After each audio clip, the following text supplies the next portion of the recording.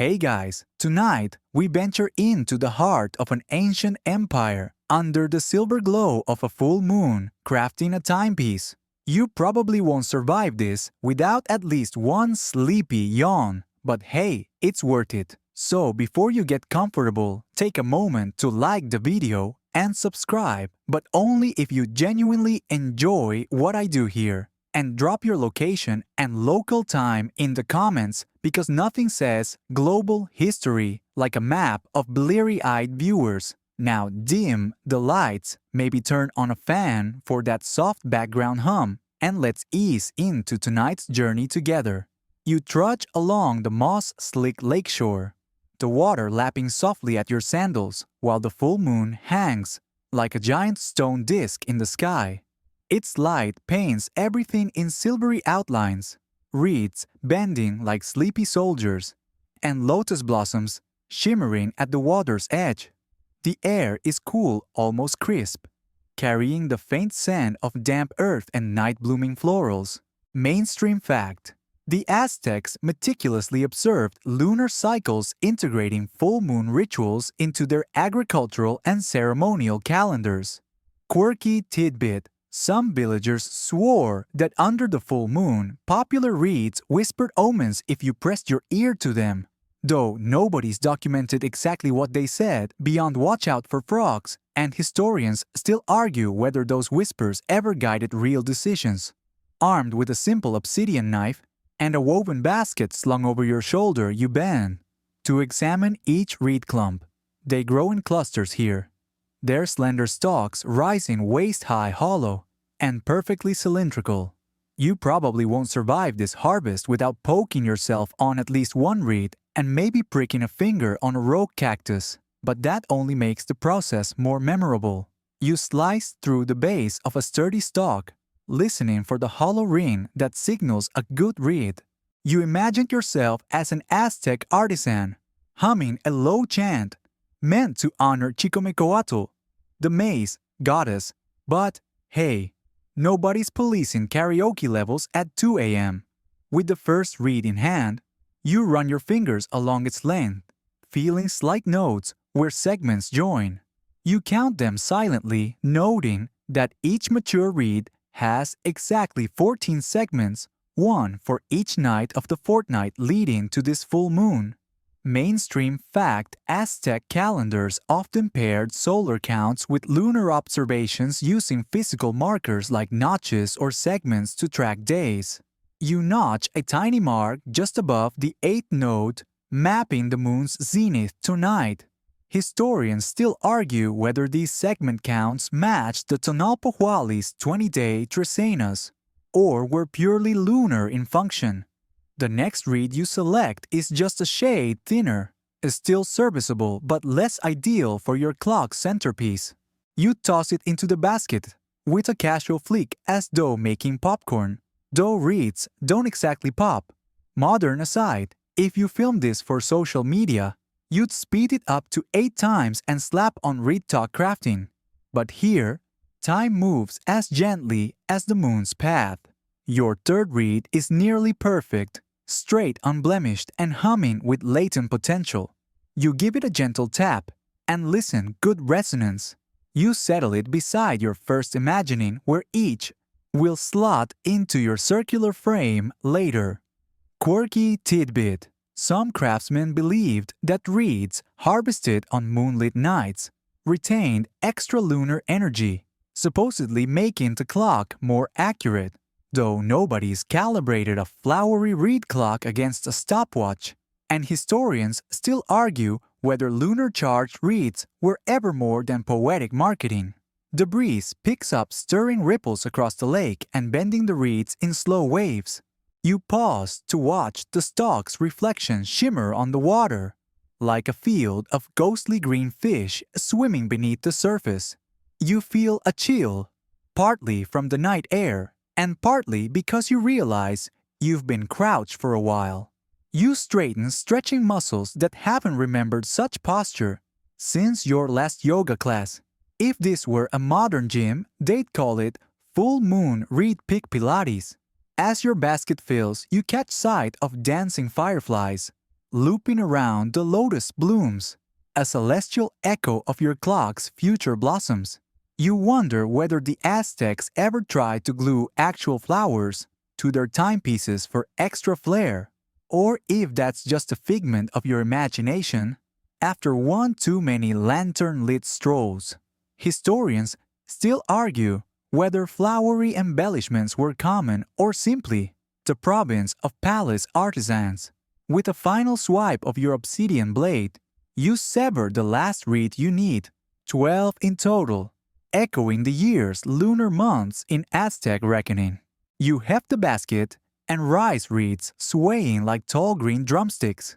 Your feet press into cool mud, leaving prints that vanish with the next wave.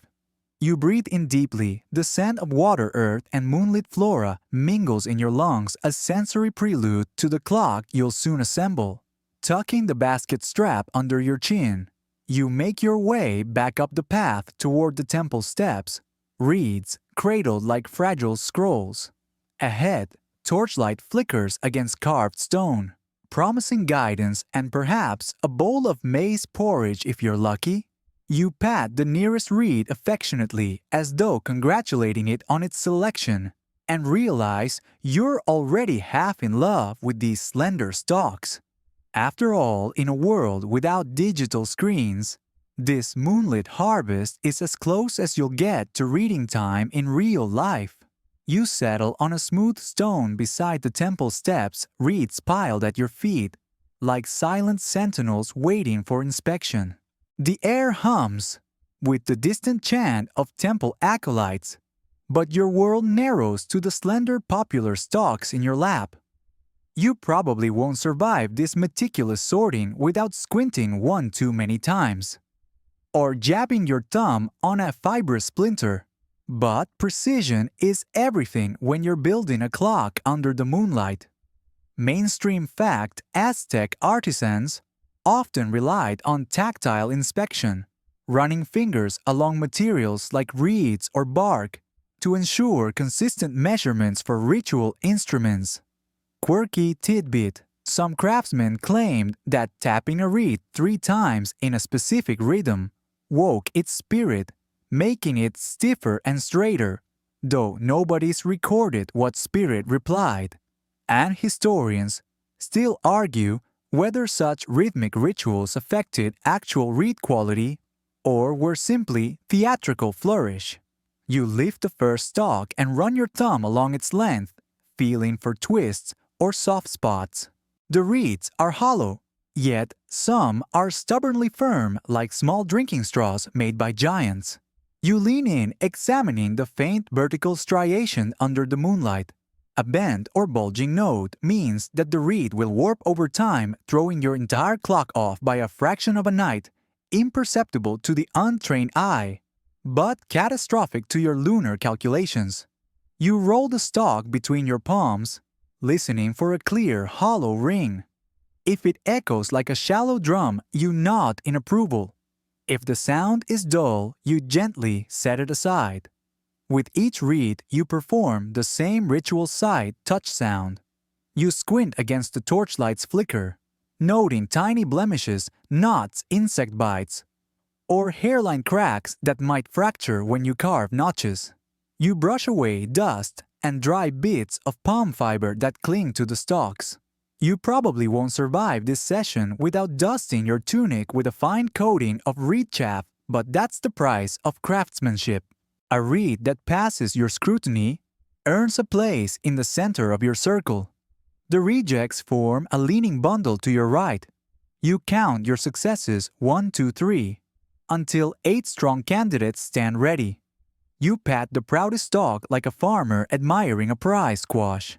Modern aside, if you posted these 8 select reads to social media, you'd caption it, "Behold my full moon squad read goals."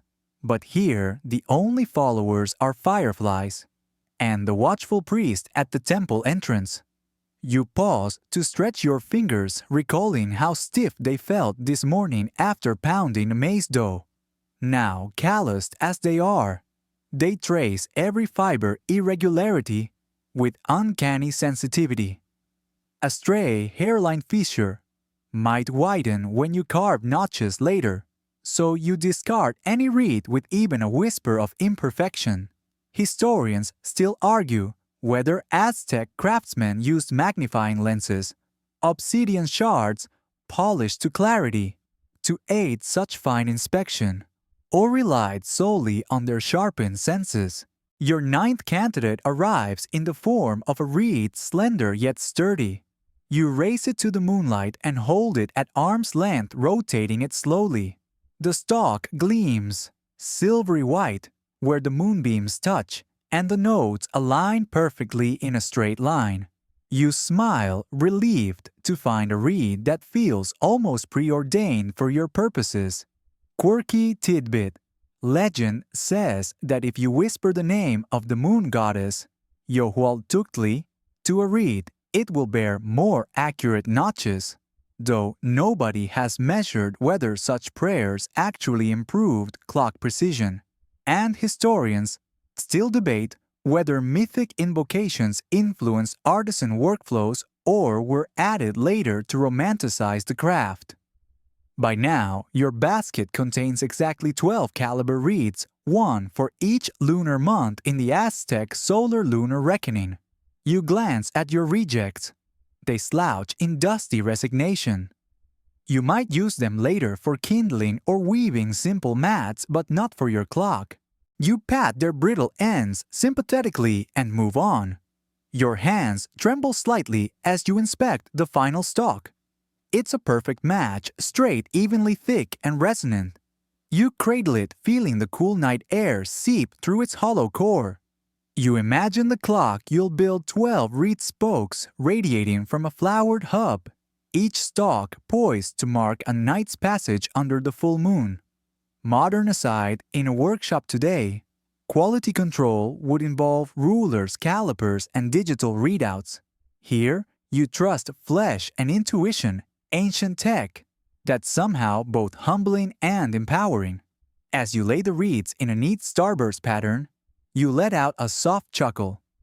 Who needs laser guides when you've got thumbprint gauges? A sudden breeze rustles the temple banners overhead, and you blink as a shower of pale petals drifts down from nearby flowering trees. One lands on your arms dusted with golden pollen. You lean back and inhale. Petals, smoke, damp earth and reed fibers mingle in your senses. In this moment of sensory overload, you feel connected to every Aztec artisan who transformed raw materials into instruments of time and ritual. You gather your 12 chosen reeds, carefully bundling them with a strip of palm fiber twisted into a loose knot. You tuck the bundle under your arm, full of quiet satisfaction. Ahead lies the next step, marking precise notches for lunar faces. But for now, you savor the tactile elegance of each stalk you've selected, knowing that without this careful sorting, your flowery reed clock would be nothing more than a pretty but useless decoration. You spread your dozen slender reeds across a flat obsidian slab, laid out on the temple's sun-warmed terrace. Their silvery surfaces glinting in torchlight and moonbeam alike. You probably won't survive this precision work without your eyes, swimming from repeated focus. But each notch you carve, now, will mark the moon's nightly journey. So steady hands are a must. Mainstream fact, Aztec astronomers tracked lunar phases meticulously, often dividing each lunar month into distinct nights for ritual purposes. Quirky tidbit. Some temple scribes whispered that if you carved notches while chanting each night's ritual name, the clock would harmonize with spirit realms, though nobody's proven those chants improved accuracy. And historians still argue whether such ritualized carving was widespread or a later embellishment. With an obsidian flake, gripped between forefinger and thumb, you press its sharp tip gently against the first reed surface at a spot just below the third note. You carve a shallow line the first quarter mark. Your breath stalls as tiny black shavings drift onto the slab-like secret glyphs, revealing time's code. You tap the reed lightly. The notch's crisp echo tells you it's deep enough. You move to the second notch, carving it precisely 3 finger widths above the first, mapping the waxing moon's approach. You keep counting aloud in a hushed whisper. 1, 2, 3. A stray breeze teases your chant, but you push through. Each notch represents about 3 nights' progression spacing, 12 notches evenly to mirror the fortnight's ebb and flow. Historians still argue whether Aztec lunar notches corresponded exactly to modern synodic month divisions or followed symbolic approximations. Your third reed demands even more care. Its surface is slightly more polished, making the obsidian flake slip if you're too heavy-handed. You adjust the grip, angling the flake more vertically, and carve a tiny groove for the full moon apex. Quirky tidbit. Legend claims that reeds notched under the full moon's direct light carried extra lunar clarity, making the corresponding night markers glow faintly in darkness, though no surviving clocks have been tested for phosphorescence. And historians still debate whether glow-in-the-dark reed lore existed beyond poetic imagination. As you notch each reed, you whisper corresponding ritual names: Tequilihuitontli, Hue, Xochilhuitl, invoking their ancient resonance. Your voice falters at first, but soon the syllables roll off your tongue like water. You probably won't survive mixing mantra and Mary Ellen's New Age chants, but this ancient litany feels right. Mainstream fact, Aztec calendar names reflected agricultural and religious cycles, embedding timekeeping within a tapestry of festivals. You pause to rub your eyes, then sip from a water gourd to steady your hands. The gourd's cool liquid slides down your throat, clearing fog from your vision. You wipe obsidian dust from your fingers and resume carving the waning notches as you hum a low tune taught by your elder. Historians still argue whether these tunes guided carving precision or simply soothed artisans through long nights. By the time you reach the final reed, the moon hangs directly overhead, its light streaming onto the terrace in a silver spotlight. You hold your breath as you make the last notch, an elegant slash marking the night before the new moon. You run a fingertip along each reed in sequence 12, precise notches dancing in rows like a skeletal rows of time. Quirky tidbit: some craftspeople swore that reeds notched under moonlight remembered the phase, better resisting warping, though experimental weavers have yet to confirm this memory effect. And historians still argue whether lore of living reed clocks was ever part of Aztec artisan lore. You gather the notched reeds, align them in order of the lunar cycle, and secure them with a loop of woven palm fiber. The cluster feels alive in your hands, tiny staffs, charting the moon's silent progress. Modern aside, in our world, we'd probably snap a photo with a macro lens to document the notches. Here, you trust the tactile proofs and the quiet confidence of your craft. As you stand, you notice small viewers gathering at the terrace's edge, acolytes and curious nobles drawn by the soft tap-tap of carving. They lean in to inspect each notch, murmuring approval. A young acolyte runs a finger along the fourth reed and nods solemnly. You realize you've crafted more than time markers. You've woven ritual astronomy and artistry into fragile stalks that will guide ceremonies to come.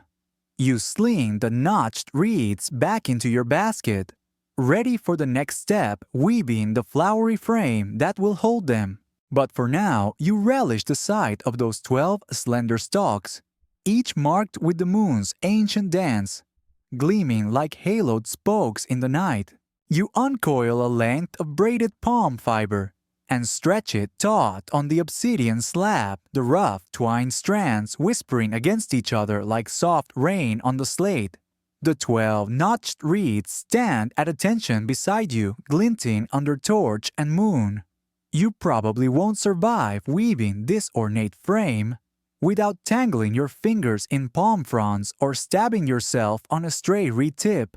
But the circular cradle you're about to braid will transform raw markers into a cohesive clock.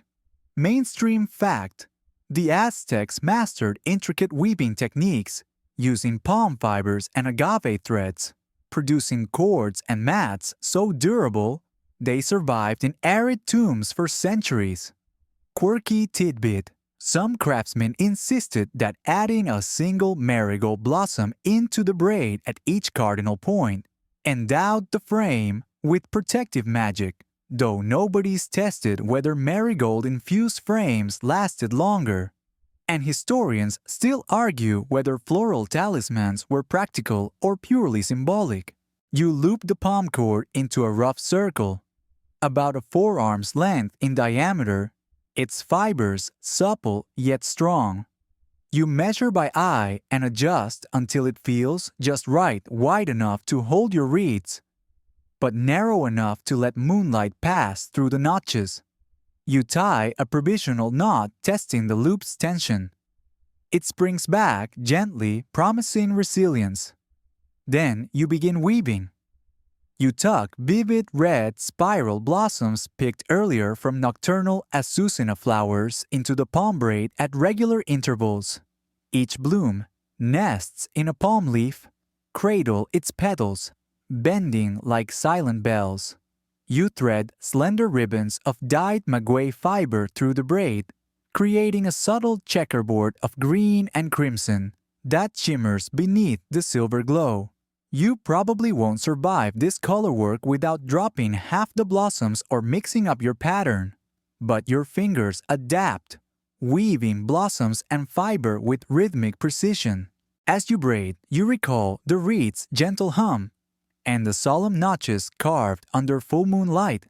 This frame must honor that work. You listen to the soft click of palm against palm, the rustle of petals, the faint aroma of crushed blossoms. Modern aside, if you live stream, these viewers would spam ASMR goals, and I need this frame IRL. But here, the only likes you chase are nods from passing acolytes. You pause to tuck in the last of a cluster of blue jacaranda petals, chosen for their lunar symbolism at the top of the circle. You secure them with a tiny double knot, then smooth the surrounding braid to conceal loose ends. A stray petal drifts away in a whisper of breeze, and you reach out reflexively as though catching a falling leaf mid-dream. Next, you align the 12 reeds around the inner circumference of your woven ring, spacing each about 2 finger widths apart. The notches face inward like silent prayers, while the blooms face outward, catching torchlight. You hold each reed at its designated spot and wrap a length of palm fiber around its base, and the frame looping twice before cinching the knot. The fibers tuck tight, securing the reeds upright in their flowery cradle. You repeat until all 12 stand like slender pillars embedded in an azucena-lit crown. Quirky tidbit: some flowery clock artisans sprinkled millet grains into the palm braid, believing that if a grain fell out each night, it foretold famine or good harvests, though nobody's tracked such grain loss omens rigorously. And historians still argue whether these agricultural auguries ever influenced actual planting decisions. With the reeds secured, you run your hand along the circle's outer edge. You feel smooth petals, giving way to rougher palm braid, punctuated by occasional bead-like seeds woven in for weight and balance. You rotate the frame, letting moonlight dance through the gaps, illuminating each notch in turn. The effect is almost hypnotic: 12 rods crowned by blossoms, casting slender shadows like clock hands across the terrace floor. You lean back, cradling the new clock in your lap. Its weight is light and airy, yet you sense its authority, as if it holds a silent mandate to govern the temple's nocturnal rhythms. Historians still argue whether Aztec flowery clocks like this adorn only royal chambers or were common in village plazas under full moons. Your final touch is a delicate string of copal resin beads, draped along the topmost braid, their faint incense scent mingling with the blossoms. You loop the bead string over 2 palm frond loops and let the beads rest gently against the reeds. Copal's aroma is warm and spiritual, a bridge between woven craft and ritual invitation. You hush the acolytes' murmurs as they admire your work rising to help you carry the frame toward the palace wall. You cradle it like a newborn petals brushing your cloak. The circular form feels complete, a sun-drenched halo of blossoms and palms ready to mark each passing night. As you stand and gather the reeds to frame bundle underarm, firelight flickers in every blossom, promising the clock will shine as brightly as the moon that inspired it. You inhale deeply, tasting resin and floral sweetness on the night air, and know that this woven flowery frame will cradle more than reeds. It will hold the pulse of Aztec nights to come. You step into the temple courtyard at dawn's first light, carrying your flowery reed frame. As the moon's silver fades into sunrise gold, torches gather in the cool breeze, and across the plaza, the massive sunstone, its carved face, glowing with amber hues, casts a long, precise shadow. You probably won't survive this celestial alignment without squinting against the sun's glare or stumbling over an uneven stone. But calibrating your lunar clock to the solar count is crucial for Aztec timekeeping. Mainstream fact: the Aztec sunstone, also known as the calendar stone, functioned both as a ritual sculpture and a tool for observing solar positions, with shadow lengths marking key dates in the Geopohualli 365-day calendar. Quirky tidbit: some temple elders believed that on certain feast days, the sunstone's shadow whispered omens, tongue-like murmurs only the most attuned could hear, though nobody's recorded these whispers, and historians still argue whether such folktales were ever taken seriously or were pure legend. You position your flowery clock at the base of the sunstone, using palm fiber loops to hang it from carved knobs. The 12 reeds fans out against the stone's surface, casting slender shadows that cross its concentric rings. You watch as the sun's angle shifts, the shadow sliding downward toward the sculpture's central glyph. Modern aside, in a modern lab, you'd use laser levels and digital inclinometers to align your device. But here, you trust the sunstone's ancient precision and your keen eye. As sunlight spills over the sunstone's edge, each reed's shadow elongates. You mark the point where the 5th reed's shadow edge intersects the outer ring, signifying the 5th solar month. You reach into your pouch and draw out a bit of red pigment dotting that intersection with a careful fingertip. Mainstream fact: Aztec priests often used red cochineal dye to highlight important glyphs on stone carvings, symbolizing blood and vitality in ritual contexts. Quirky tidbit: some dye artisans claimed that only pigment ground under a full moon retained true color resisting fade, though nobody's performed scientific color fastness tests on moon-ground dyes, and historians still argue whether lunar timing affected pigment quality. You rotate slightly, noting that the 2nd reed's shadow falls precisely on a calendar glyph, denoting maize planting season, another key marker. You step back to see the full pattern shadows, aligning with the Aztec year's agricultural milestones. Historians still argue whether the sunstone's carvings were originally designed for daily solar tracking or primarily served mythic storytelling functions later adapted for timekeeping.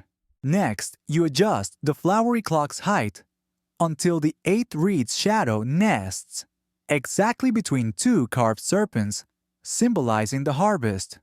You tie a tiny loop of fiber at that level on your clock's frame, creating a fixed calibration marker. This loop ensures that in future observations, you can hang the clock without realigning each read. The fold of petals around that marker seems to glow in the morning light, a floral bookmark in your read-driven calendar. You finish by stepping back, heart-pounding as torchbearers light additional incense braziers around the plaza.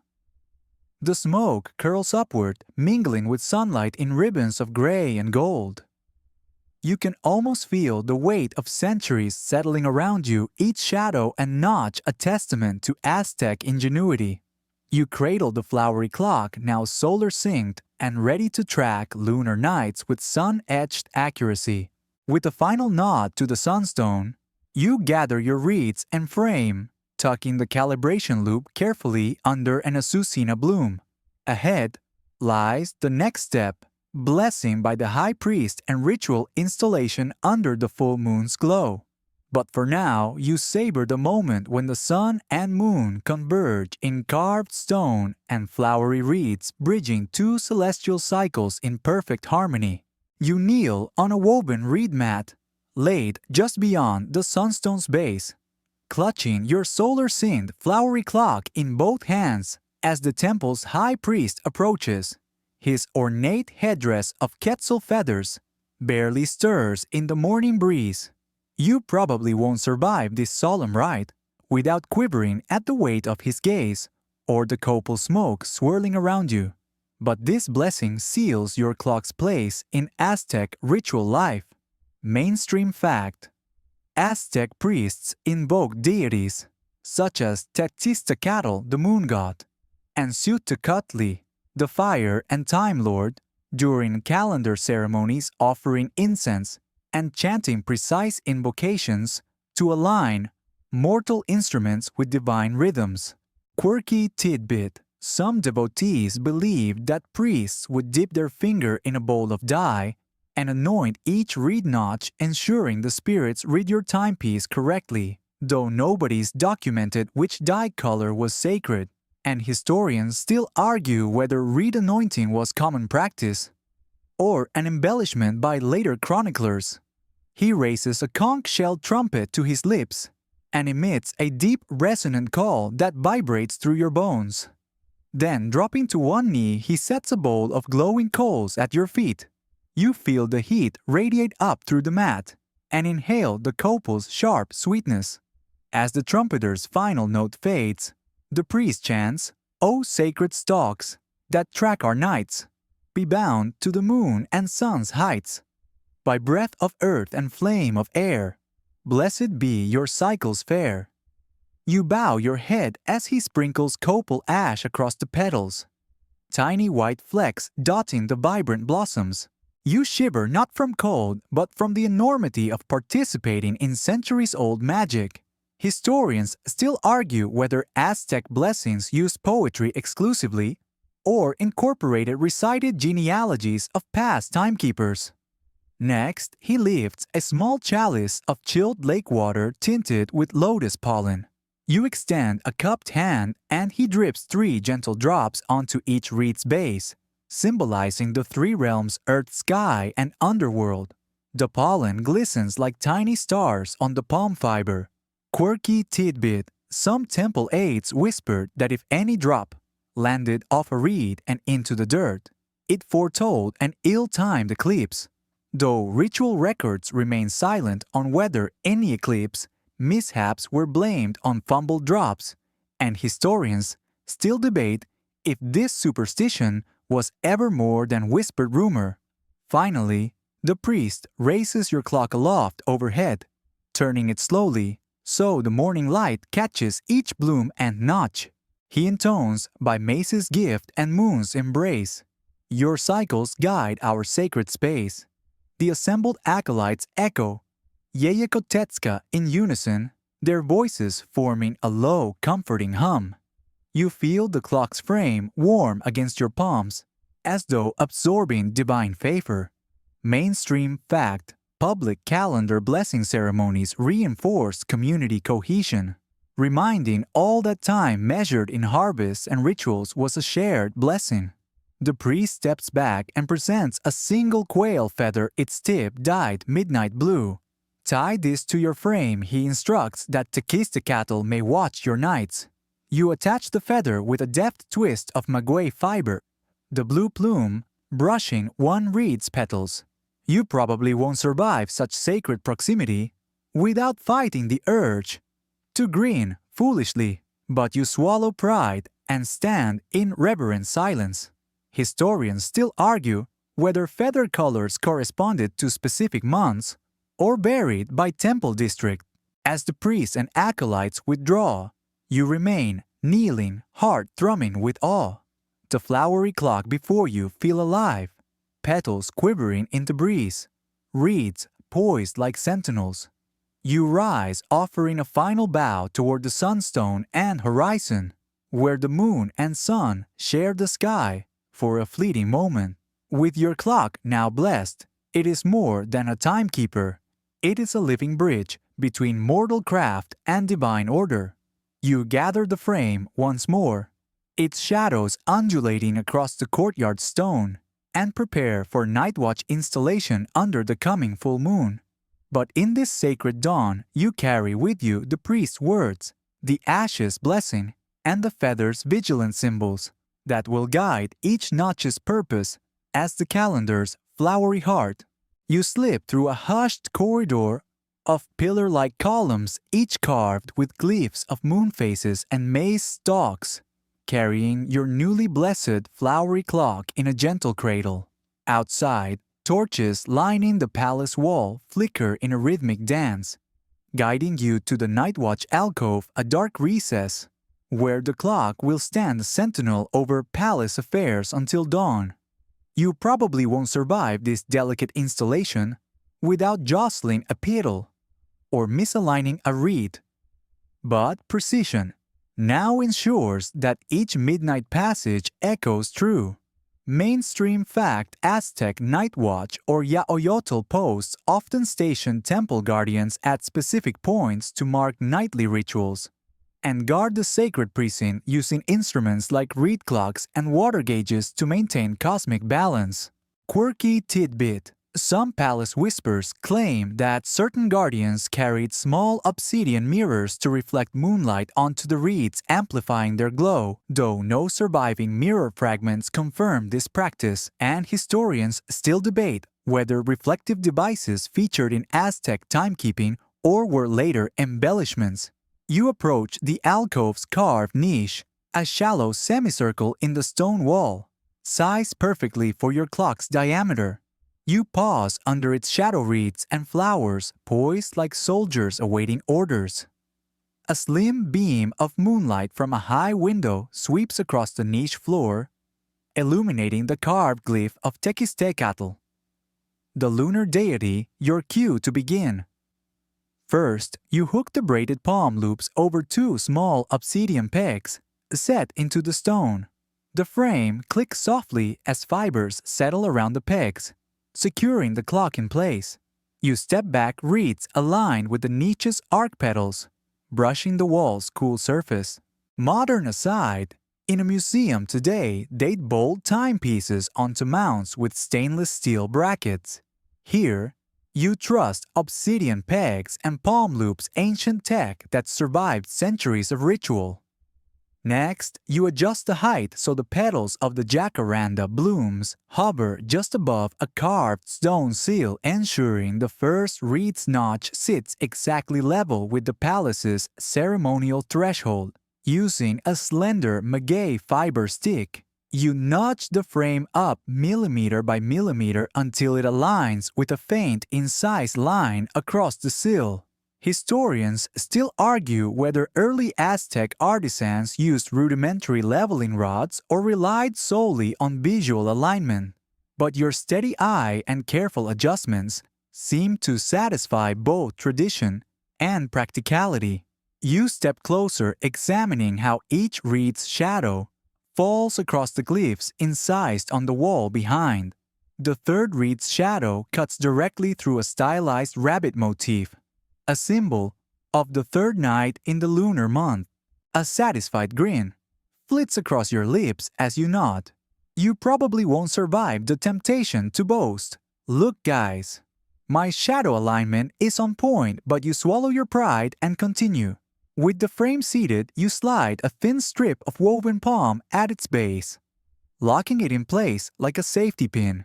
This lock ensures the clock won't sway if a sudden breeze rustles through the alcove.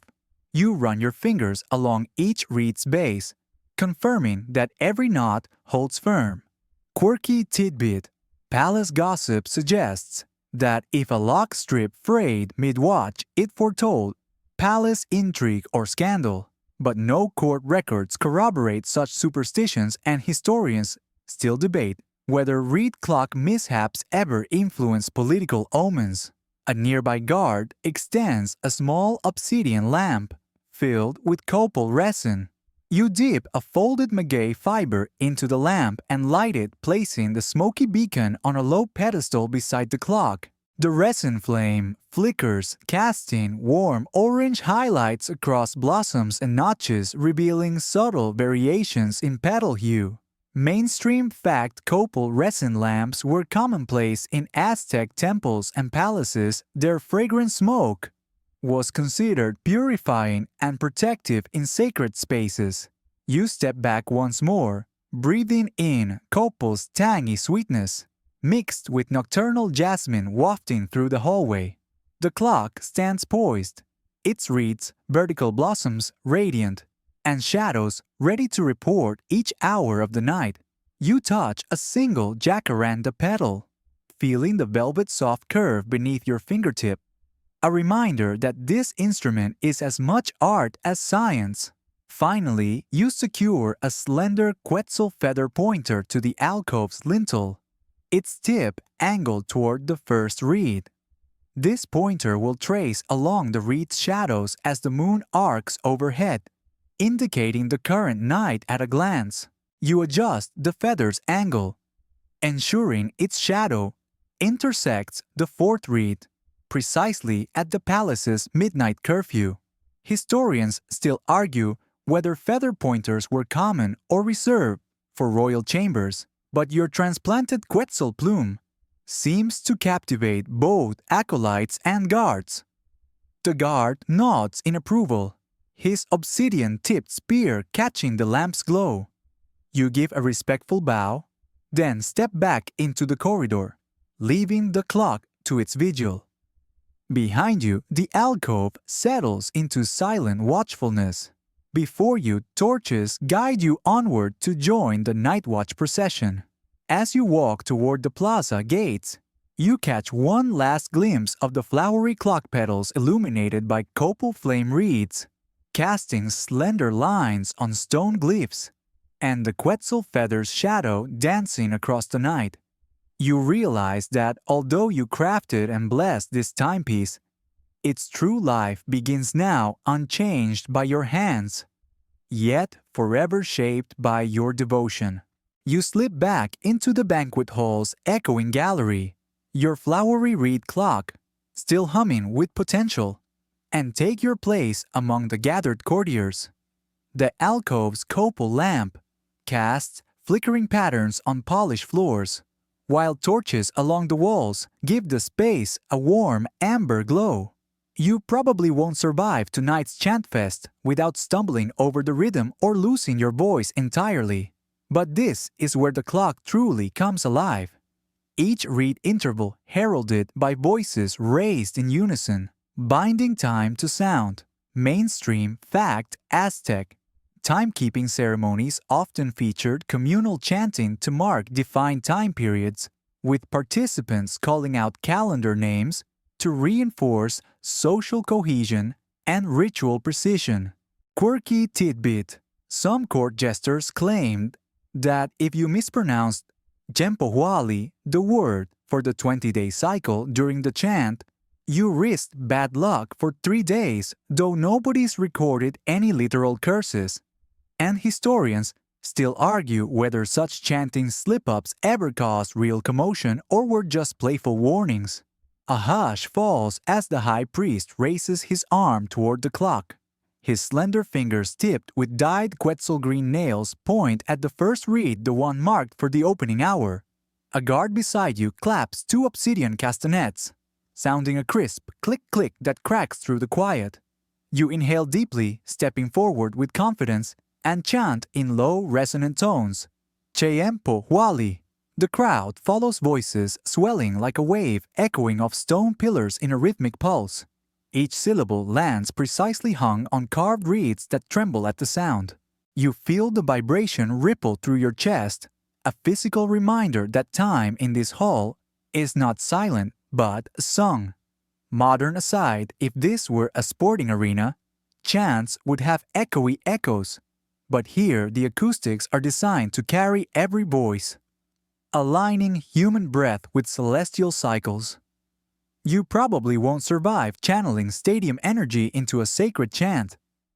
Yet the effect is exhilarating.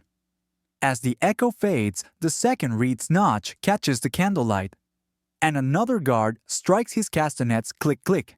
Instinctively, you and the courtiers intone the next tally Ol Li Natsli movement they intone, reflecting the shifting moon. The name resonates, and you see heads nod in time, lips parting in practice-honed unity. Historians still argue whether these chants named periods within the lunar month or simply reenacted older agricultural litanies, repurposed for timekeeping. By the third interval, your voice has found a steady cadence. You lean into the chant hearing layers of polyphony as noble soldiers and acolytes contribute distinct harmonies. The effect is hypnotic. 12 voices blending into one living drum, each reed's moment marked by communal sound. The court's youngest acolyte, barely old enough to tie his sandals, calls out with surprising clarity, his voice carrying the hope of a new generation, preserving ancient practices.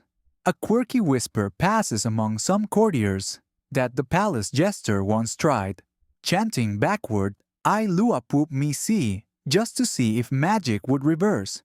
But all it did was earn him a stern look from the priest. Historians still debate whether playful variations ever infiltrated formal ceremonies or were strictly taboo. As you intone the fourth chant, you notice the pattern shift voices, slightly lower in pitch, richer with age. The lute-like vibration reflects the phrase's meaning Atl Tlapatl waters life, invoking the moisture that nurtures maize fields. You probably won't survive missing a note, when the phrase carries agricultural blessings too. Yet you hit every syllable buoyed by the group's collective pulse.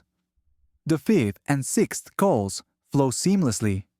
That octal maze, Sochi, Temotl, Flower Fest.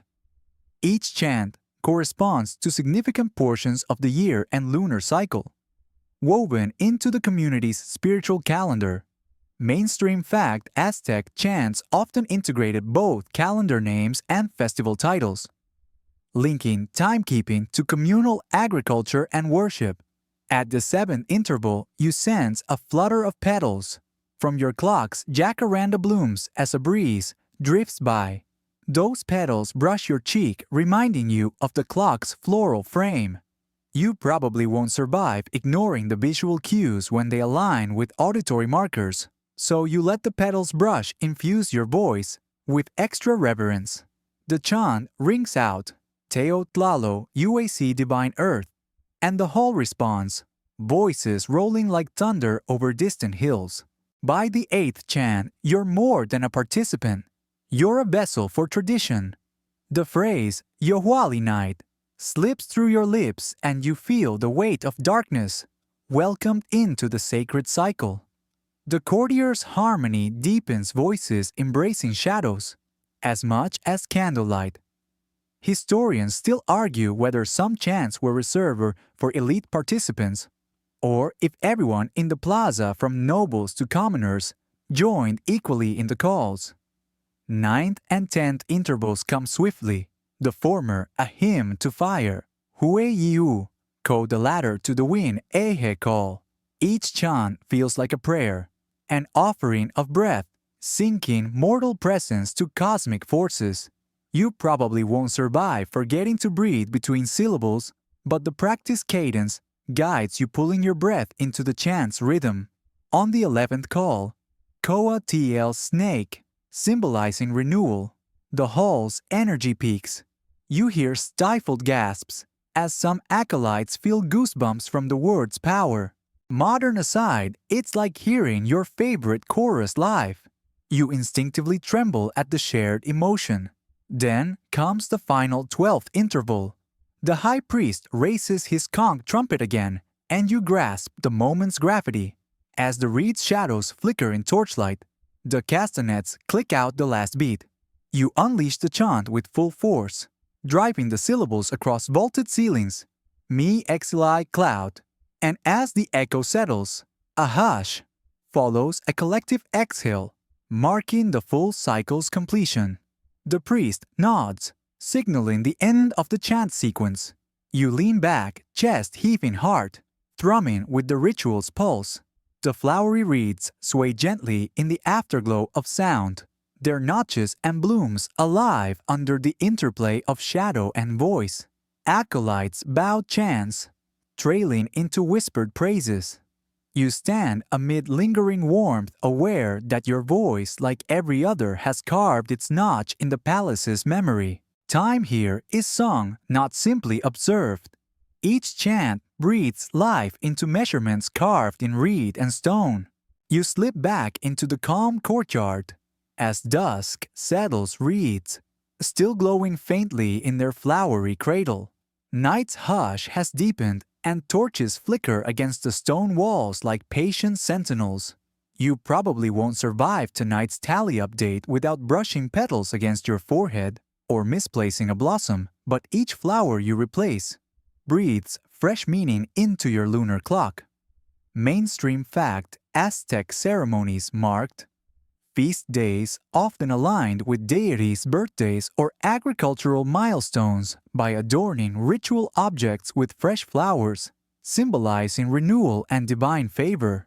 Quirky tidbit: some temple gardeners claimed that moonlit petals picked at precisely midnight granted prophetic visions when woven into timepieces, though nobody's published a vision ledger, and historians still argue whether such midnight harvests ever guided official omens or simply delighted insomniac priests.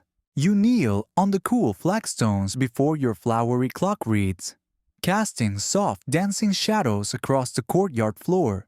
12 small bone trays hold clusters of night-blooming flamevine blossoms each bloom, destined to replace a spent flower on your clock's frame. You lift the first tray, inhaling the vine's smoky sweet perfume, and select a single crimson blossom. Its petals unfurl like tiny tongues of fire. You slide it from the tray and nestle it into the braided palm fiber cradle of the first reed where yesterday's pale azucena has wilted.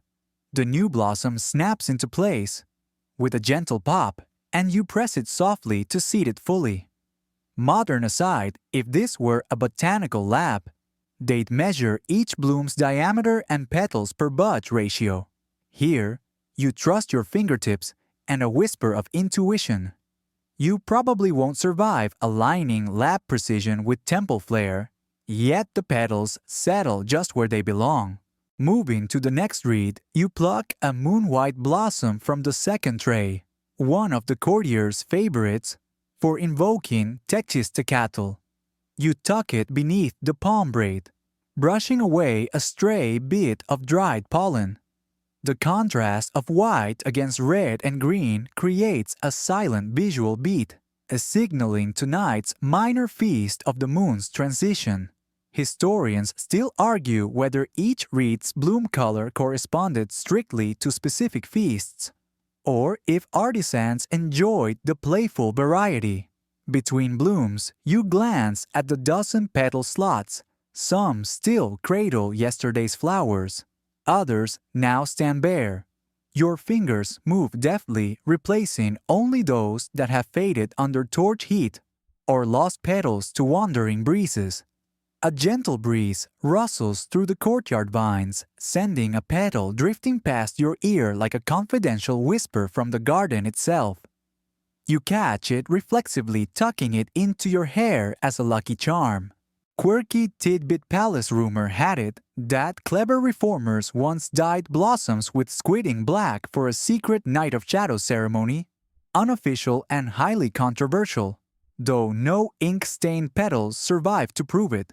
And historians still debate whether such clandestine color swaps were ever enacted or remain colorful gossip.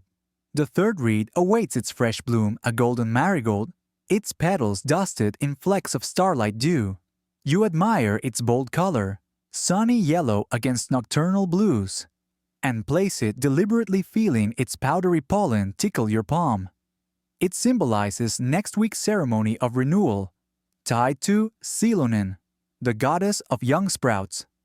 You pause to tap the braid near the bloom, murmuring a quick benediction. Grow strong, little flame. Acolytes drift past, some pausing to offer nods of approval. You smile and wink, channeling ancient charm and modern cheekiness in one subtle gesture.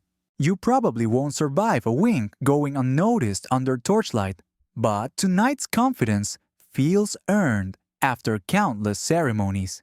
You reach the fourth reed and consider the upcoming festival of Toxcatl, when warriors dedicate flutes to Huitzilopochtli. Tonight's bloom is a vibrant flute-shaped orchid you acquired from the palace greenhouse, an extravagant choice that whispers of midnight revels to come. You slip it into place, allowing its slender shape to arc gracefully around the palm braid. Historians still argue whether palace artisans favored exotic orchids or stuck to native blooms for ritual consistency. As you work, you count the remaining trays, 8 to go. Your hands move in practiced loops. Pluck, tuck, press, each action as smooth as reed notches under a full moon. You pause at the fifth tray, carefully selecting a cluster of violet periwinkle blossoms. Their gentle fragrance reminds you of dawn's calibration at the sunstone, linking lunar and solar cycles in scent as well as sight.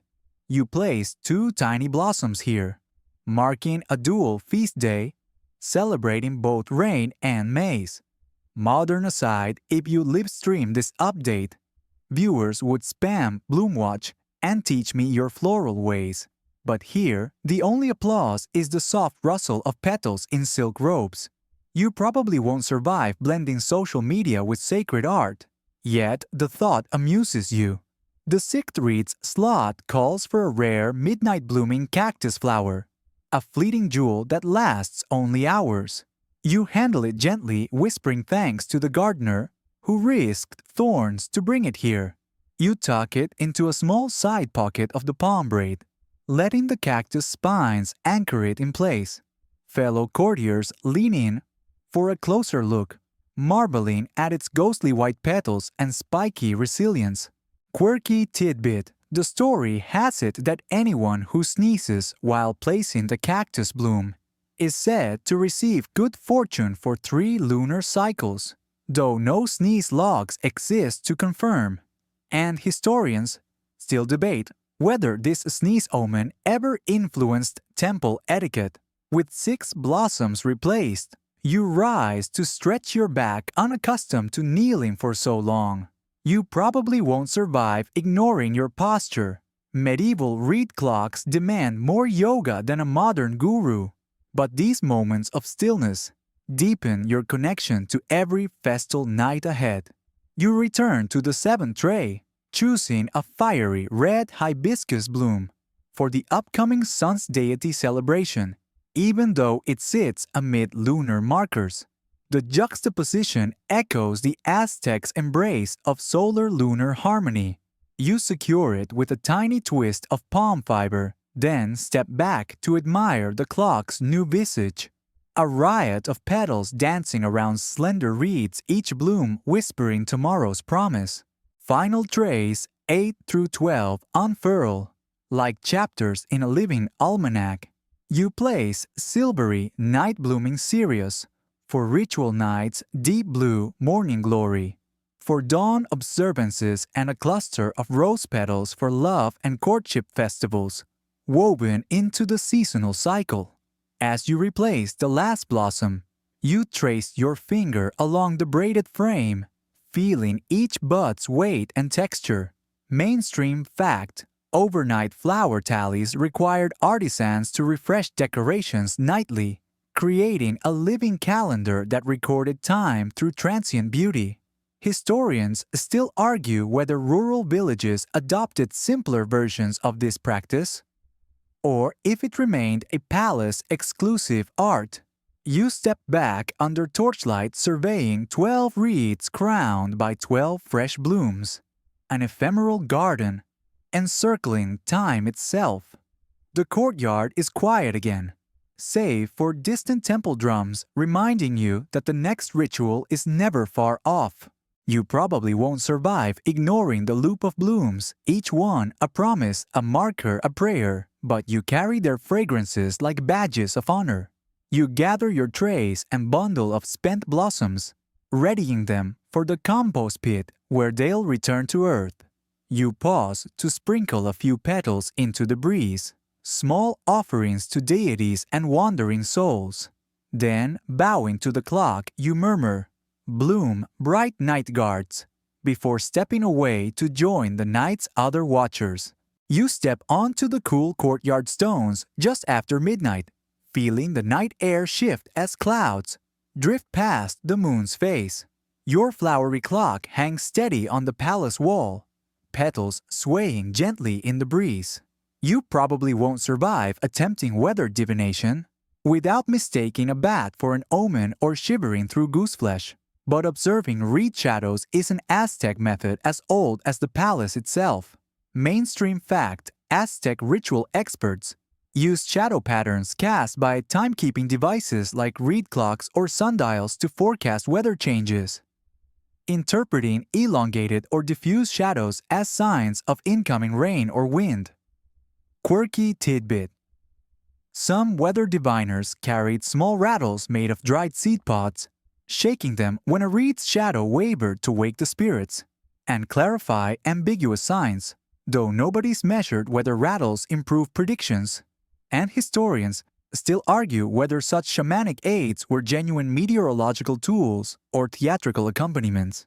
You approach the clock reeds and blooms outlined in pale moonlight. The courtyard lamps are low now, so each reed casts a slender trembling line across the carved stone floor. You crouch to eye level watching as the shadows flicker with every passing breeze. The third reed's shadow dances erratically, its edge feathered not crisp, and you recall that a softened shadow often foretells humidity or a coming shower. You stretch one hand forward, fingertips tracing the shadow's path without touching the stone, feeling the stone's cool grain under your nails.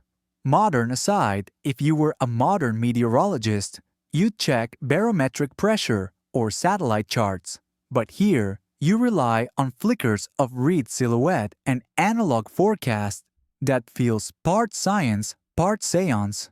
You probably won't survive toggling between WhatsApp weather alerts and reed shadow readings. Yet, the tactile immediacy of this method enchants you. You rise and circle to the clock's opposite side, where the ninth reed's shadow lies unexpectedly long, pointing toward the palace gardens. In Aztec symbolism, lengthening shadows indicated wind, strong east or west, gusts that could sway maize stalks or scatter ritual fires. You step forward, placing a small slate marker at the shadow's tip, a tangible record for tomorrow's priests. Mainstream fact: Aztec agricultural calendars incorporated weather predictions to time planting and harvesting, ensuring fields weren't soaked or desiccated at crucial growth stages. Historians still argue whether reed shadow divination matched the accuracy of water gauges in pottery jars or relied more on symbolic ritual. A sudden gust rattles courtyard banners, and you clutch a tassel of your cloak as petals flutter around you. The clock's blooms shimmer, but the ninth reed's shadow wavers, so you tap your rattle once twice.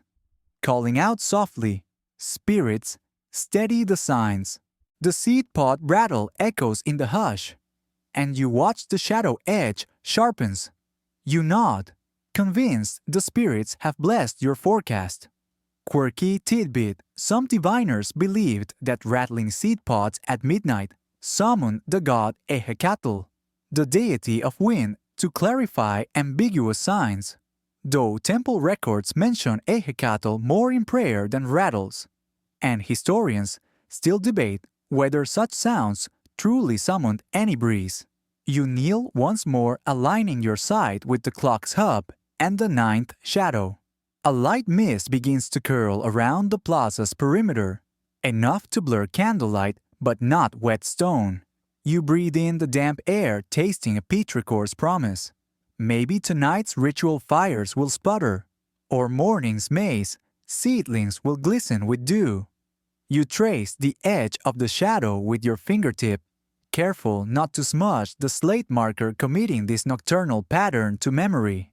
Then you turn toward the seventh reed, whose shadow points straight along the palace's central axis.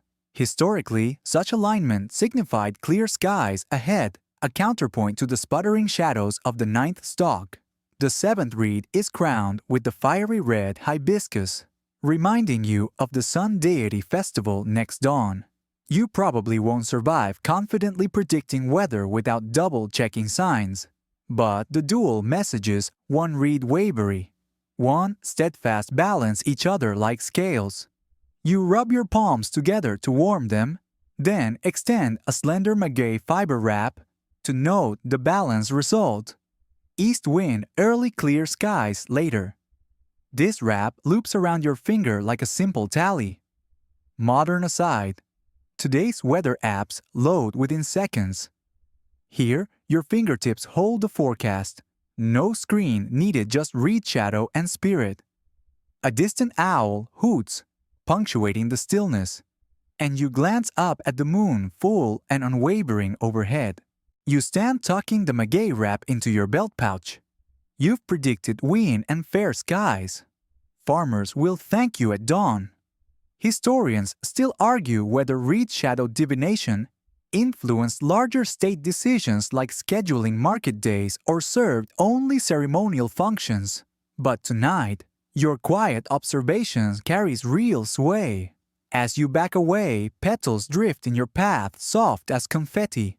You imagine the next morning's bustle priests comparing your slate markers with actual weather, crowning you as adept in nocturnal readings. You feel a subtle thrill at this blend of science and ceremony.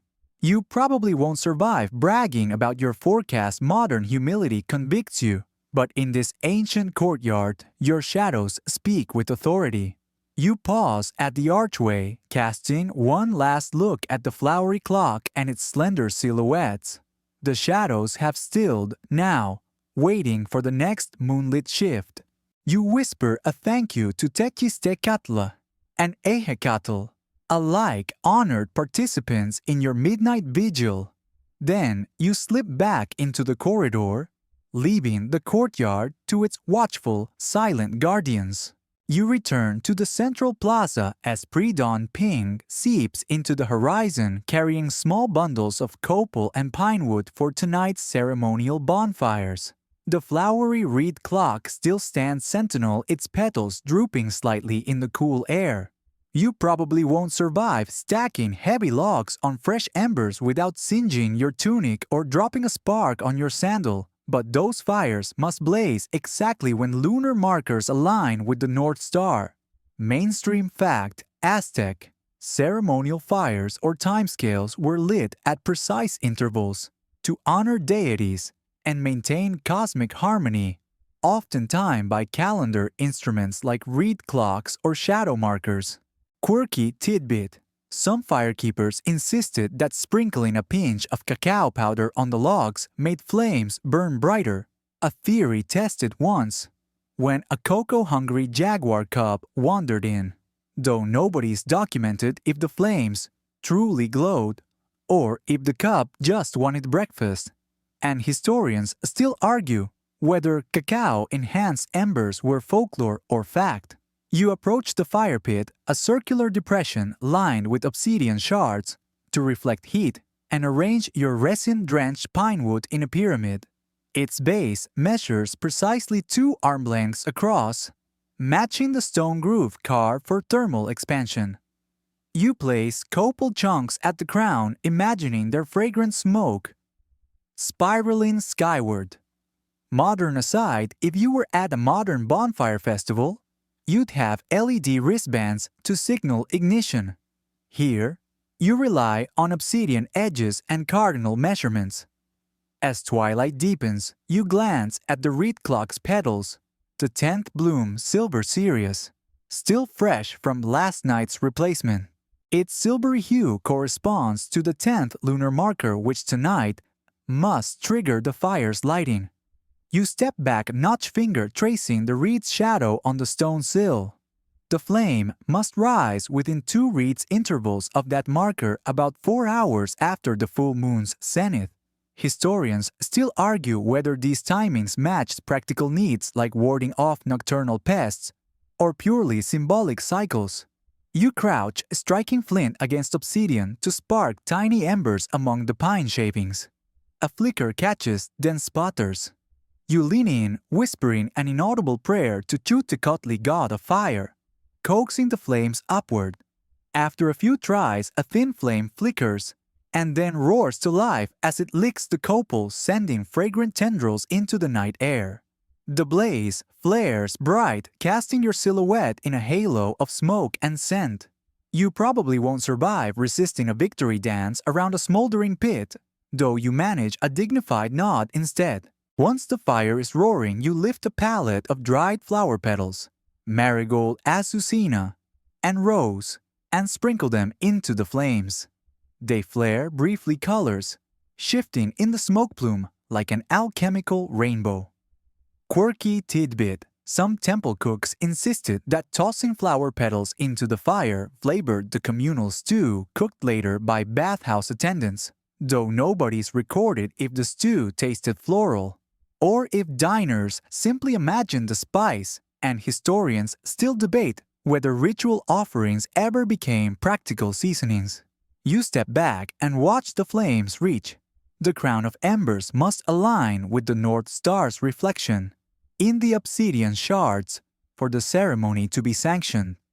A guard beside you adjusts a polished obsidian plate to catch starlight angling it until you see Ursa Major's star reflected squarely at the fire's apex. It's a satisfying snap of precision, fire, star clock, and cosmos in perfect accord.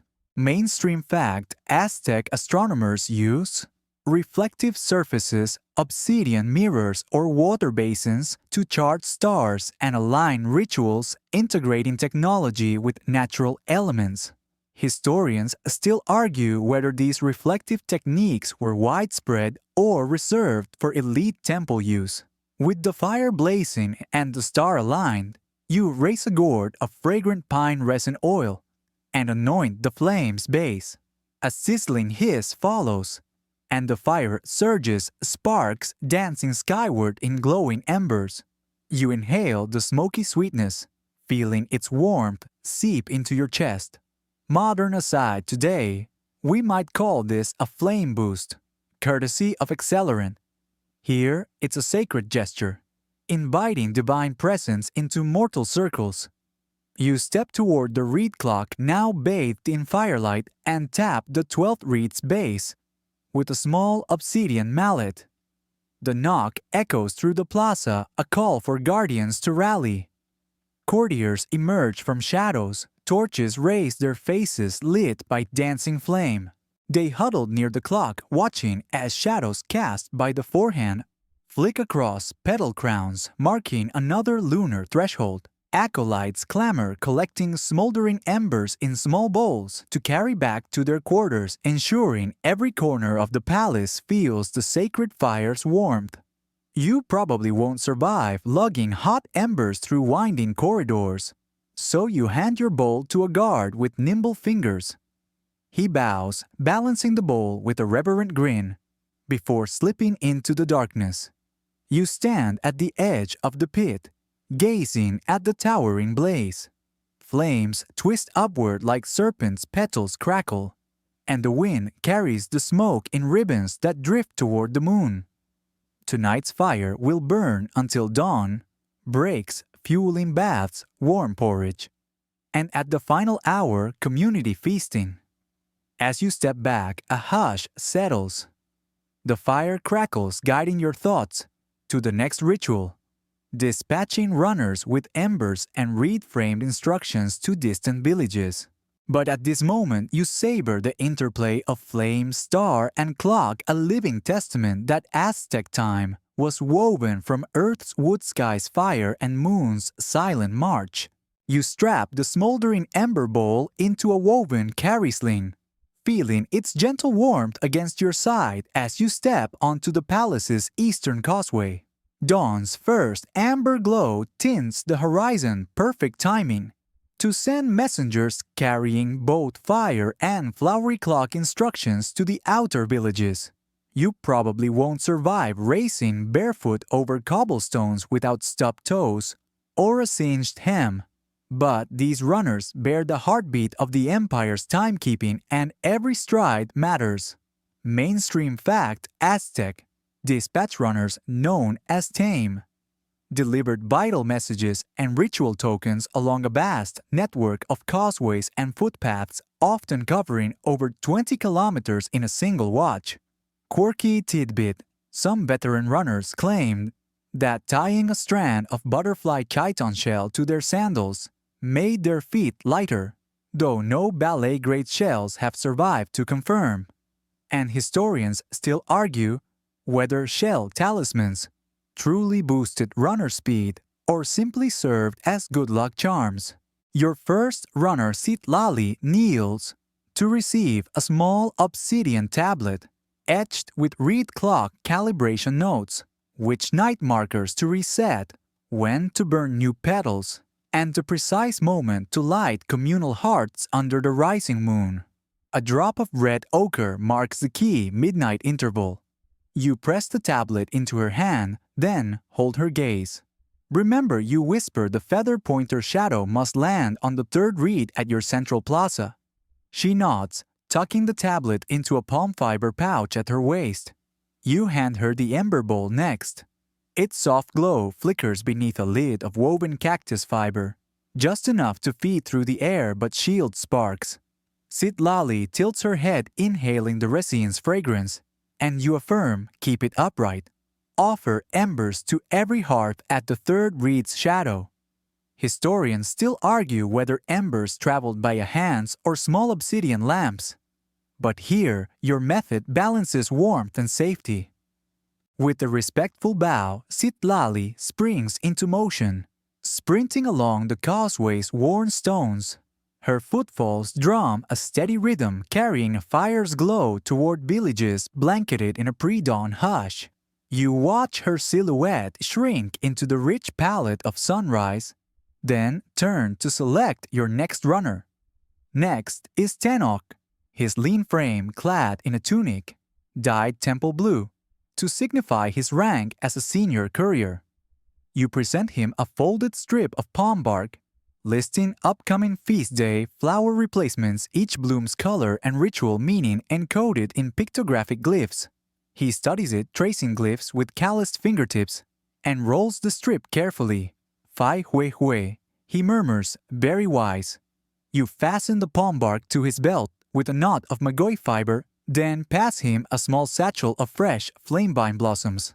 These are tonight's replacements for the seventh reed, you say, indicating the festival for the sun deity's midsummer rites. Modern aside, if this were a logistics hub, you'd barcode scan each item, but here runners memorize glyphs and floral shipments, mind and muscle in sync. Tenoch dips into a final flask, a light mist of sacred lake water soaked in lotus pollen, to spritz on the blossoms, preserving their dew-kissed sparkle until evening. He inhales the mist's sweet coolness, then tucks the flask into his sash. I will deliver them before noon, he promises, voices steady as battlement walls. You clasp his forearm in encouragement, Then watch as he strides off toward the southern causeway, footprints fading in the warm earth. Your third envoy, Xochipilli, arrives bearing a woven bag of night-blooming cereus petals for remote hamlets unfamiliar with flowery clock detail. You hand her a slender reed fragment engraved with a single notch, an exemplar for local artisans to replicate if their clocks break. She inspects it, nods, and secures it in her sash. I will teach the smiths by moonrise, she bows.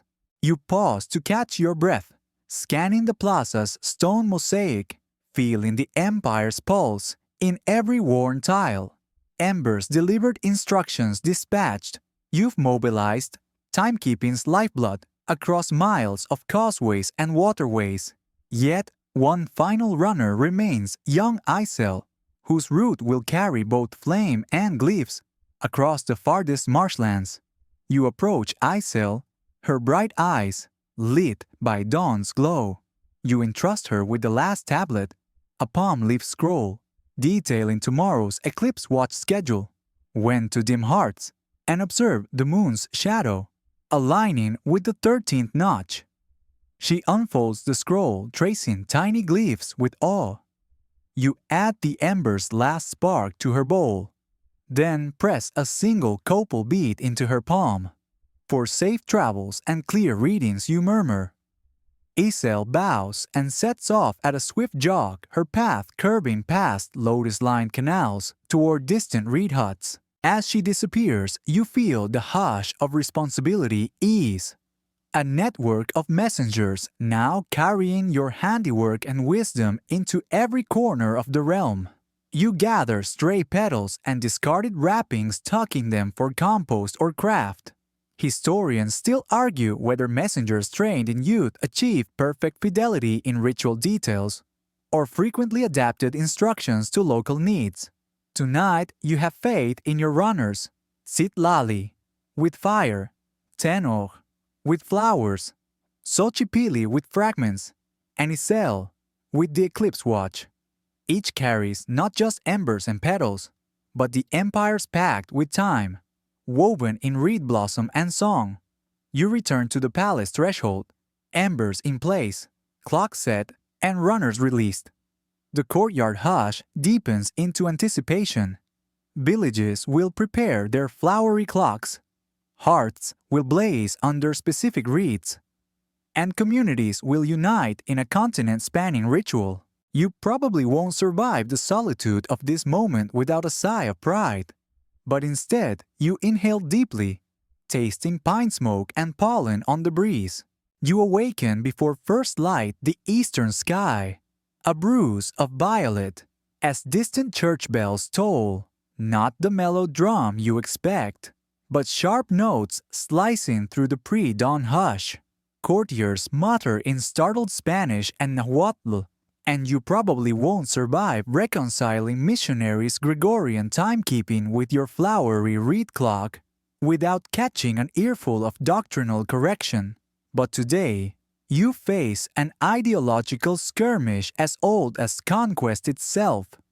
Mainstream fact: Spanish friars arriving in the 16th century imposed the Gregorian calendar on Mesoamerican populations, promoting its solar reckoning over indigenous lunar solar systems. Quirky tidbit: some colonial administrators reportedly tried burning scented copal next to church bells to mask unfamiliar aromas, though parishioners balked at trading sacred smoke for the heavy toll of unfamiliar bells, and historians still argue whether early Franciscan smoke versus bell experiments ever truly took hold. You step into the courtyard, reeds and blooms, still glowing faintly from last night's torchlight, carrying two artifacts, your flowery reed clock and a brass Spanish clockwork regulator, its polished gears whirring quietly. A stern-faced missionary named Father Mateo stands beside the Spanish timepiece, gesturing for the chapel's master of ceremonies to huddle around. You step forward, heart-pounding, aware this is more than a mere demonstration. It's a contest of temporal authority. Father Mateo lifts the brass contraption and winds its key. You catch the sunlight glinting off its face. Roman numerals stark against the white dial. He tugs at the minute hand, setting it to match the cathedral tower bell's next chime. Then he nods to a novice, who gestures for the first stroke. The bell rings precisely on the quarter-hour dong dong dong. Courtiers start their chants, still echoing in memory. You hold your clock aloft, petals trembling.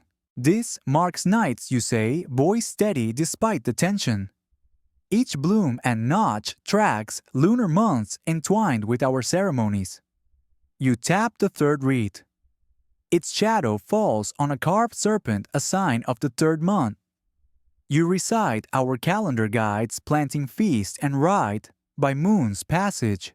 Historians still argue whether priests attempted to syncretize indigenous calendars with Christian holy days or suppress them outright. Father Mateo meets your gaze. This device marks hours by the sun alone. He counters winding the regulator to tick once per minute. God's time is solar and uniform. Yours is wild and pagan. He pronounces pagan with heavy emphasis as though the word itself were convicting.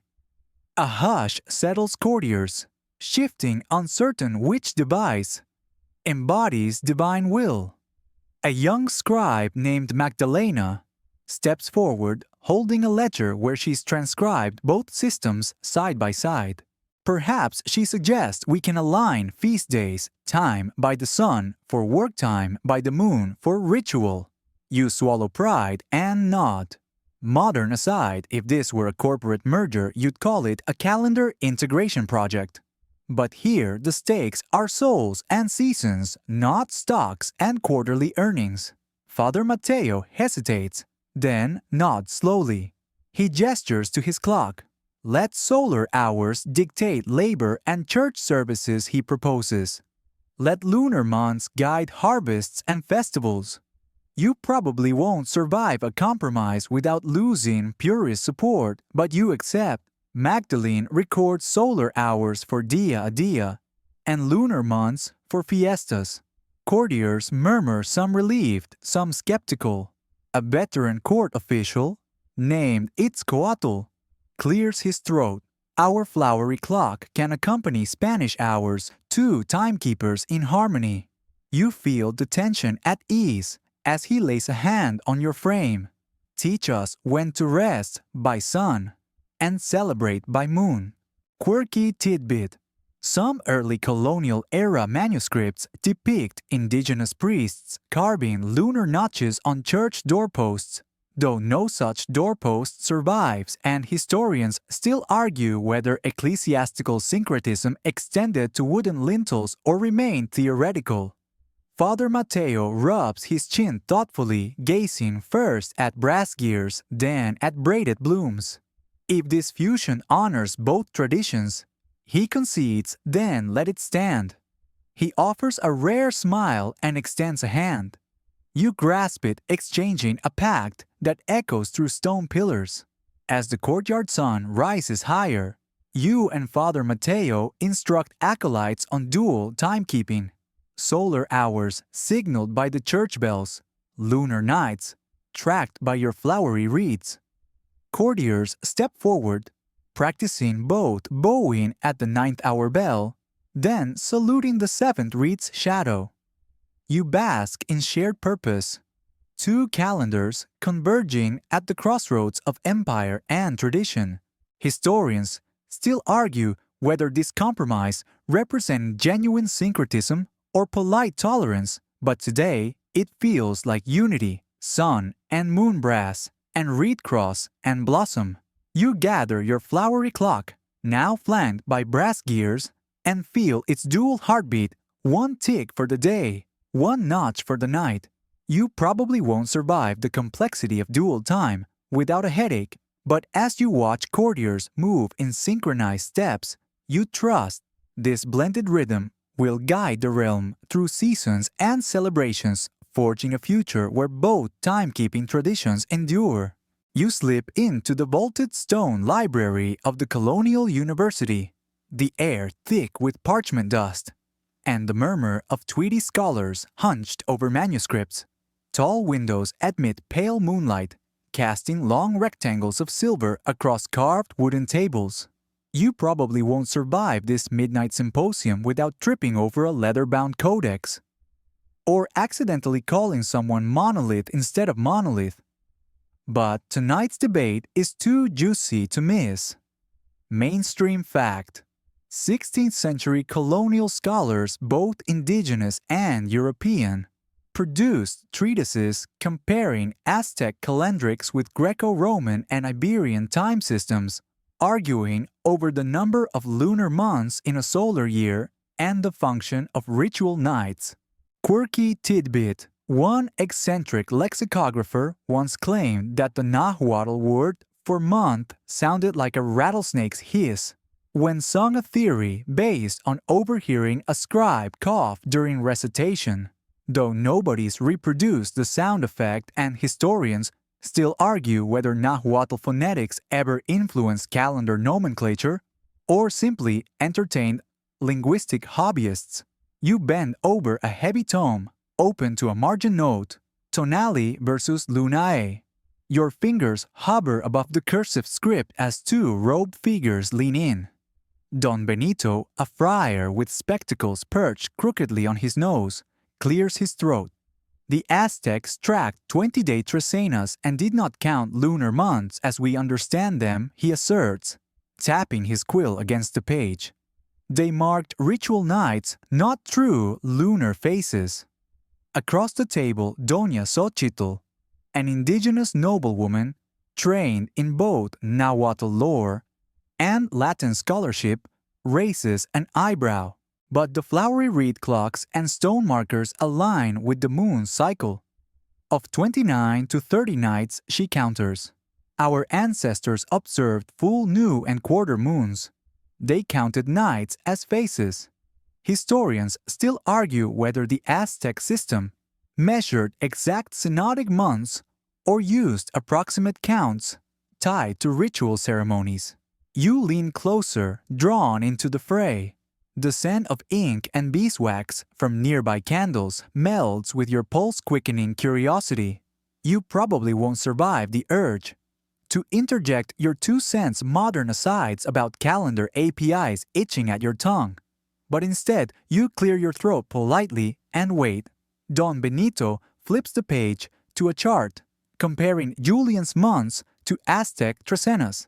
Here, he says, tracing circles in the margin, the 18 20-day months plus a 5-day Nemontemai period create 365 days, no room for lunar counting. He underlines the phrase Nemontemi days with a flourish. Thus, the Aztecs did not require a lunar system.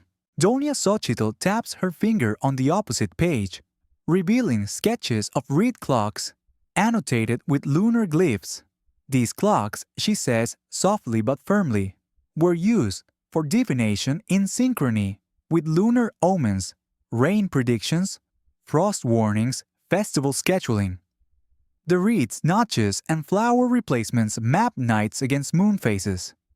You admire the precision of her sketch, each notch labeled in Nahuatl script. Modern aside, if this debate streamed on academic TikTok, you'd see captions like lunar lit versus solar sol flooding the comments, but here, you're confined to quills and parchment. You glance up at a tall mahogany shelf, lined with bound dissertations, each spine etched with titles like De Calendario, Mexicano, and Synodic Secrets of the New World. One particularly tattered volume bears a crude ink drawing an Aztec priest carving notches on a reed by moonlight. You wonder if its author witnessed a flowery clock ceremony firsthand or simply inherited second-hand hearsay. Historians still argue whether early chroniclers who recorded lunar lore relied on direct observation or filtered indigenous knowledge through European frameworks. A third scholar, Maestro Juan, strokes his graying beard.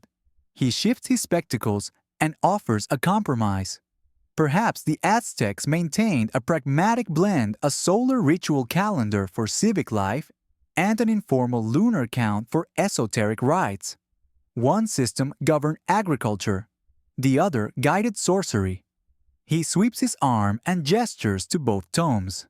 They tracked both but published only the solar variant for public administration. You nod intrigued by this syncretic theory that echoes your flowery clock compromise with Father Mateo. Don Benito snorts.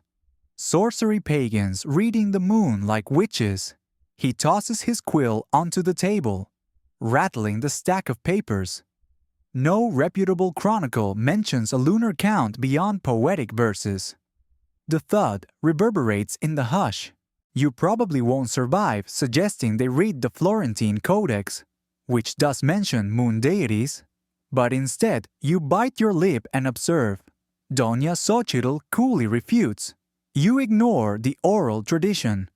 Multiple elders spoke of incantations timed to waxing and waning moontides in Lake Texcoco. Those nights govern fishing expeditions and ritual cleansings. She consults a palm leaf scroll, quoting a Nahuatl passage. In the third night's embrace, we release the drowned, for the moon bids the spirits cross the waters. The room falls silent as her translation rings true in the candlelight. Historians still argue whether these oral accounts reflect widespread practice or localized customs. You take a breath, feeling the weight of both positions. On one hand, the elegant mathematical structure of Tresenas and Nemontemi. On the other, the sensory immediacy of lunar phase markers carved in reed and stone. You flick a page and find an illustration, a colonial back-office ledger with columns for lunar and festum. Annotations in red ink suggest friars tried to reconcile Christian feasts with indigenous moon rituals. You trace the faded script, Pascha post lunae planae, and marvel at the cultural entanglement. A shaft of moonlight catches a gilded astrolabe on a nearby stand.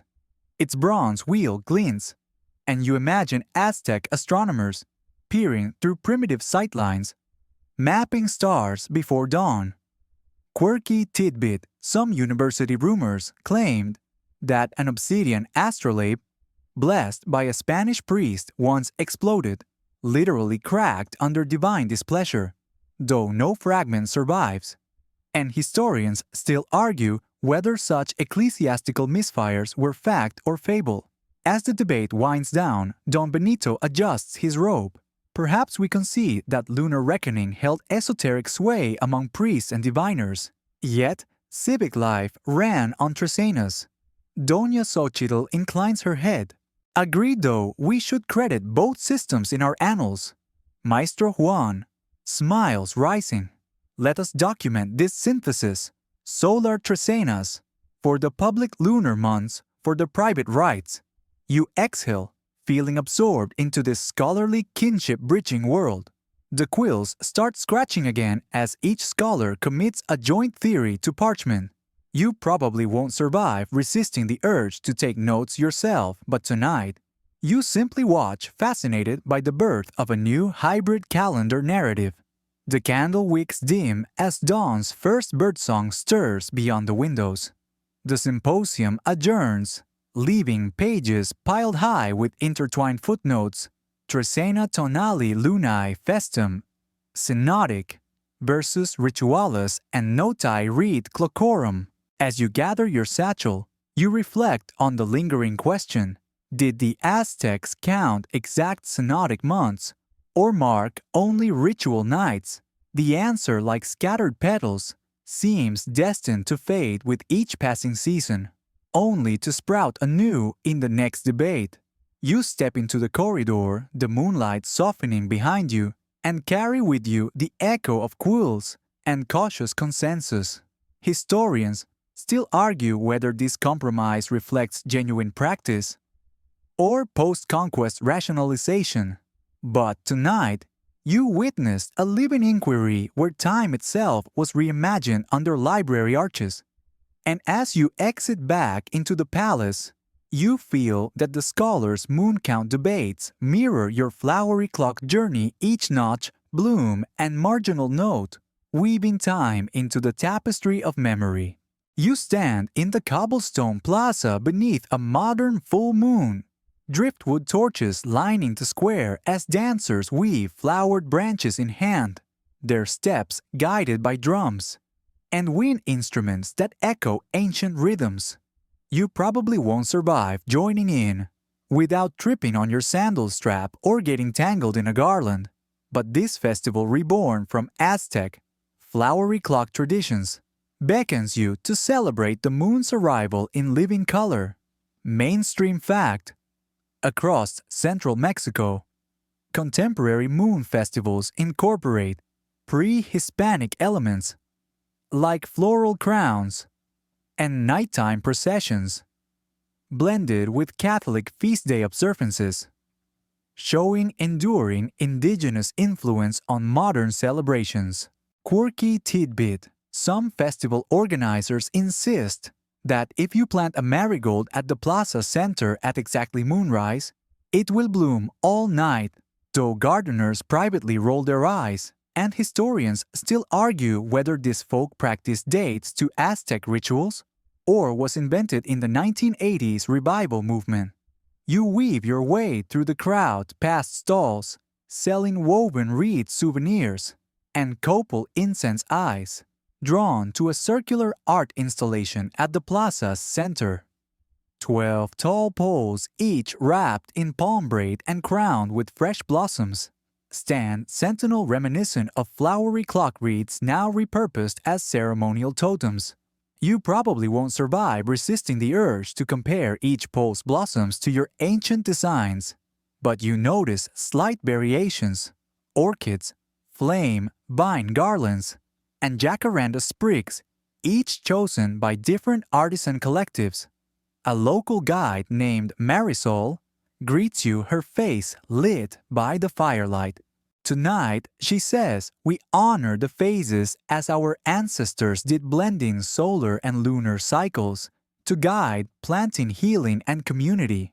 She hands you a small palm frond booklet listing the evening's program: mooncakes, candlelit readings, drumming circles, and a final floral offering at midnight.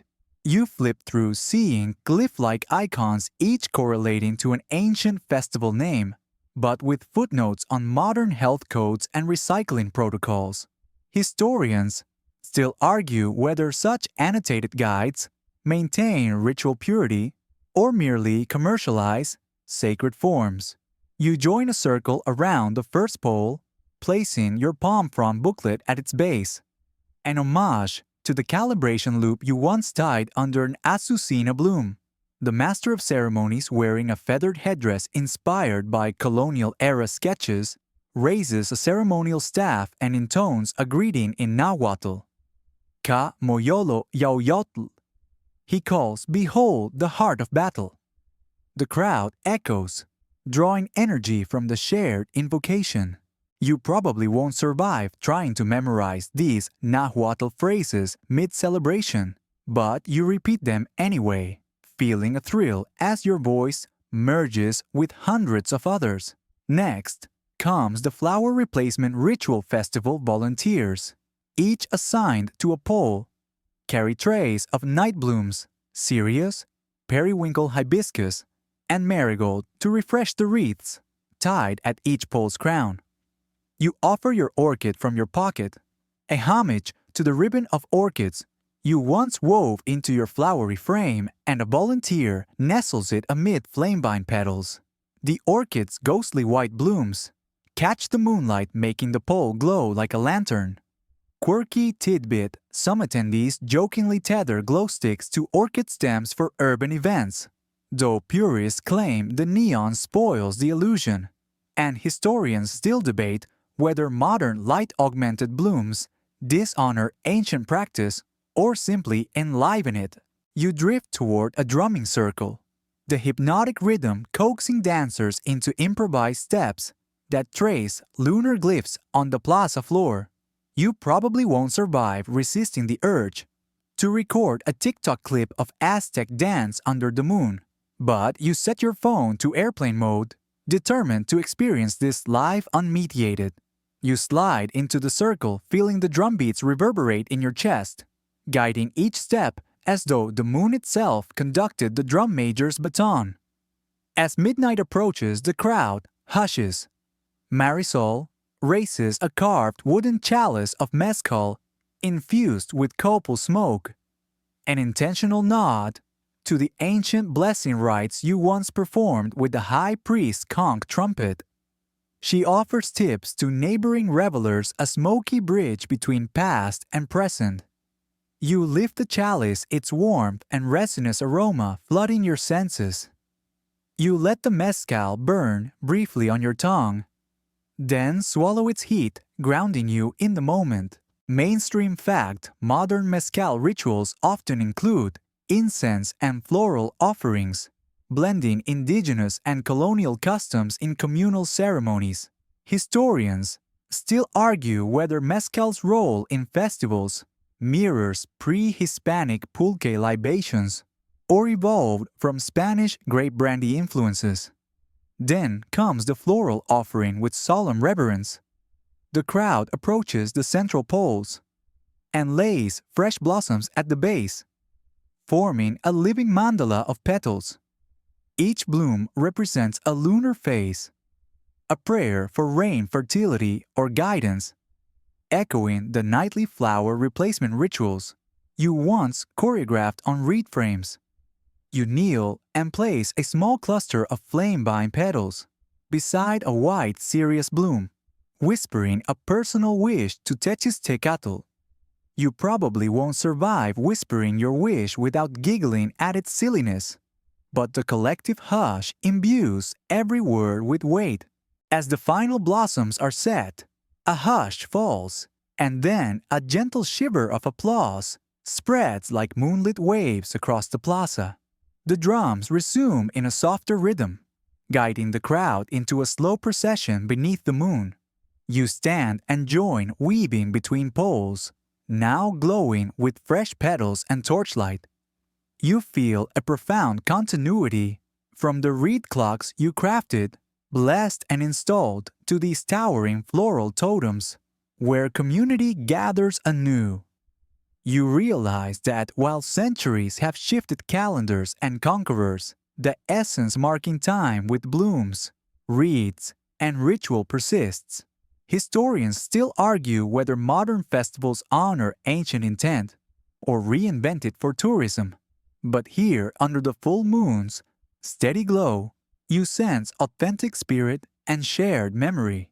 You carry your petals and blessings in your heart, stepping in time with drums that beat across eras, and trust that Aztec Timekeeping Flowery lunar resilient will bloom again long after tonight's revelers drift home. Now, as the festival's rhythms soften and the torches gutter low, allow your breath to slow and your pulse to ease.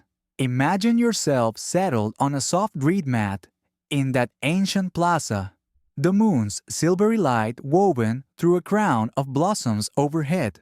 Feel the gentle sway of petals as you lie back, each petal's color: marigold, gold, orchid, white, flamevine red, fading into the night's quiet tapestry. The drums have stilled, and only a few distant steps echo across cobblestones. You sense the weight of the flowery poles in your memory, standing tall like silent guardians of seasons past and seasons yet to come. Recall the whispers of copal smoke, the hush of troubadours, and the echo of chants that once counted the lunar nights. Let those images drift like petals on still water. Close your eyes and inhale the night air, the soft sweetness of jasmine, the coolness of dew on stone, the faint trace of pine embers carried from the bonfires. With each exhale, release the day's tensions, imaginary cords of palm braid unlooping from your shoulders. With each inhale, draw in a lunar calm, blossoming serenity that settles like dew upon your spirit. As you feel sleep's gentle pull, remember that time is both measured and human, calibrated by reeds and sunstones, yet felt in bloom's breath and shared stories. Tonight, the lunar clock's petals rest awaiting tomorrow's ritual hand. And now, as your eyelids grow heavy and the moon arcs toward the horizon, let your dreams partake in the flowery dance of seasons and the soft tick of lunar nights. Sleep now, cradled by the moon's quiet grace and the blossoms of memory. Sweet dreams.